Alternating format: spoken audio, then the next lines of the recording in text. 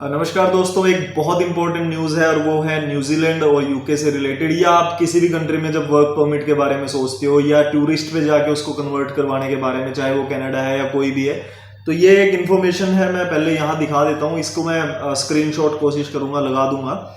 तो सबसे पहले तो ये देख लेना भाइयों कि न्यूजीलैंड के अंदर जो है वो एक इमिग्रेशन जो एडवाइजर है, लाइसेंस्ड इमिग्रेशन एडवाइजर LIA जिसको बोल देते हैं, उसको अरेस्ट किया गया है और अरेस्ट किया है न्यूजीलैंड की पुलिस ने। रीजन ये है कि उस आदमी ने क्या किया था कि नकली झूठे वर्क परमिट्स बना करके लोगों को बेचे, जिनका जो रेट था वहां से लगभग 20,000 से लेके 40,000 न्यूजीलैंड डॉलर्स था। इंडिया में उसको बहुत लोगों ने 25-25 लाख में बेचा है, किसी ने 30 में बेचा है, किसी ने 28 में बेचा है, तो किसी ने 22 में बेचा है, डिपेंड कर रहा है। तो आप ये चीज़ बहुत ध्यान से, सभी को एक बारी रिक्वेस्ट करूंगा दोस्तों, शेयर जरूर कर लेना, क्योंकि ये इन्फॉर्मेशन जो है ये कहीं ना कहीं हर आदमी को जुड़ेगी, कहीं ना कहीं हर आदमी की लाइफ को इम्पैक्ट करती है। लोग बड़ी मुश्किल से यहाँ पैसा कमाते हैं और 20 लाख 25 लाख दे देते हैं। 25 लाख दे करके उनको पता चलता है, 30 लाख दे करके पता चलता है कि भाई ये जो भी एग्जिस्ट नहीं करती। वहां पहुंचने के बाद कई लोगों को तो डिपोर्ट कर दिया गया था एयरपोर्ट से ही कि भाई ये जॉब ही नहीं है, तो आपका एम्प्लॉयर है ही नहीं है, आप वर्क परमिट लेकर कैसे आ गए हो। तो अब उस चीज़ की कड़ी को आगे उन्होंने खोलते हुए ये देखा कि भाई ये कहाँ से चीज़ें चल रही हैं। तो जो वर्क परमिट था उसकी जब पता चली तो ये इमिग्रेशन एडवाइज़र जो है, इसको वहाँ पर अरेस्ट किया गया है। यूके में क्या हो रहा है वो भी मैं आप लोगों को बता देता हूँ। यूके के अंदर जो अभी कोर्स बिक रही हैं, इसलिए बोलता हूँ दोस्तों क्योंकि मार्केट में उनके 25-25, 28-28 लाख, 22-22 लाख के रेट निकाले हुए हैं एजेंट्स ने।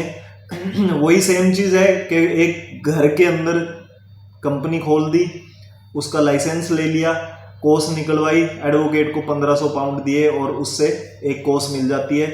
उसके बाद उसको एजेंट्स को बेच दिया जाता है। एजेंट जो है वो 12 लाख रुपए ले रहे हैं, कोई 10 लाख ले रहे हैं।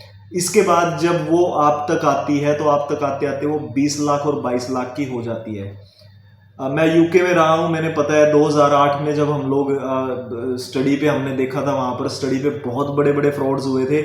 सेम वही चीज़ आज वर्क परमिट के नाम पे हो रही है। ऐसे ऐसे केसेस हैं, वहाँ जाते हैं, वहाँ कंपनी एग्जिस्ट ही नहीं करती, आपके 22 लाख, आपके 24 लाख डूब जाते हैं। आप सोचते हो मैं वर्क परमिट पे जा रहा हूँ, लेकिन रियलिटी ये है भाइयों कि आप लोग एक तरह से एक अंधे कुएं में जा रहे हो, क्योंकि जैसे ही वहां जाओगे और अगर कंपनी एग्जिस्ट ही नहीं करती तो आप इलीगल हो जाओगे, ओवरस्टे हो जाओगे।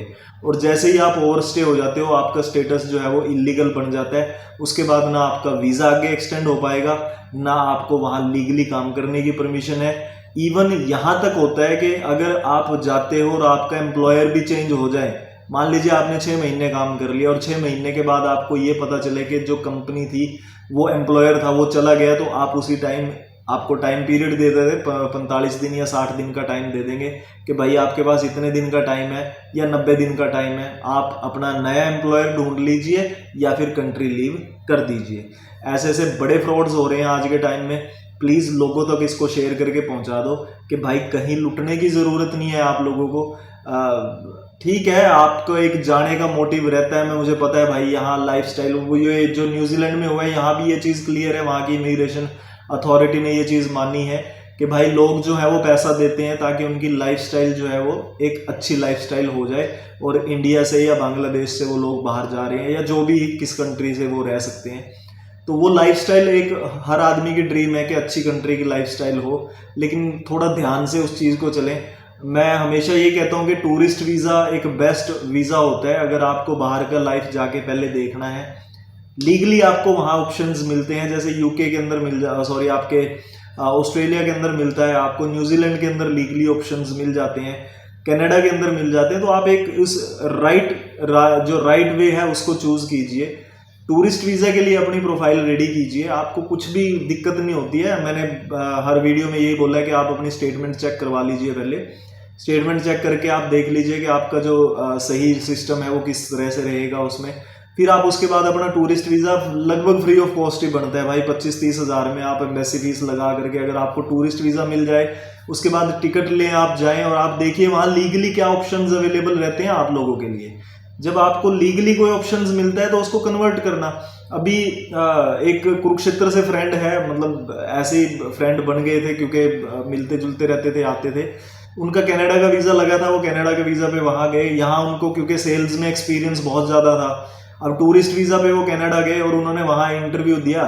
एम्प्लॉयर को उसकी जो बातें थी वो पसंद आई क्योंकि उसने यहाँ सेल्स में काम किया हुआ था, तो उसने उसका लिमिया जो है वो लगभग फ्री ऑफ कॉस्ट दे दिया। कहते जी आपका काम अच्छा है तो आप यहाँ काम कर लीजिए। अब उसको लिमिया फ्री ऑफ कॉस्ट मिल गया और उसने वहाँ वर्क परमिट में उसको कन्वर्ट करवा दिया। तो ऐसे ऑप्शंस आप ढूंढिए, आप ये ऑप्शंस मत ढूंढो जो आप सोचते हो कि इंडिया से ही हम लोग ये पकड़ो जी 25 लाख, ये पकड़ो 30 लाख।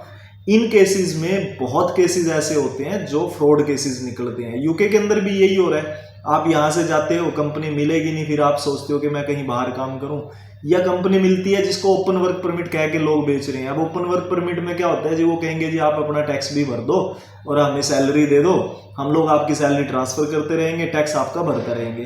तो भाई आपने क्या कमाया? क्योंकि जब आप इलीगल, आपको मान लीजिए ए कंपनी से कॉस मिली है, बी में आप काम कर रहे हो, तो बी के हिसाब से तो आप इलीगल हो गए हो ना।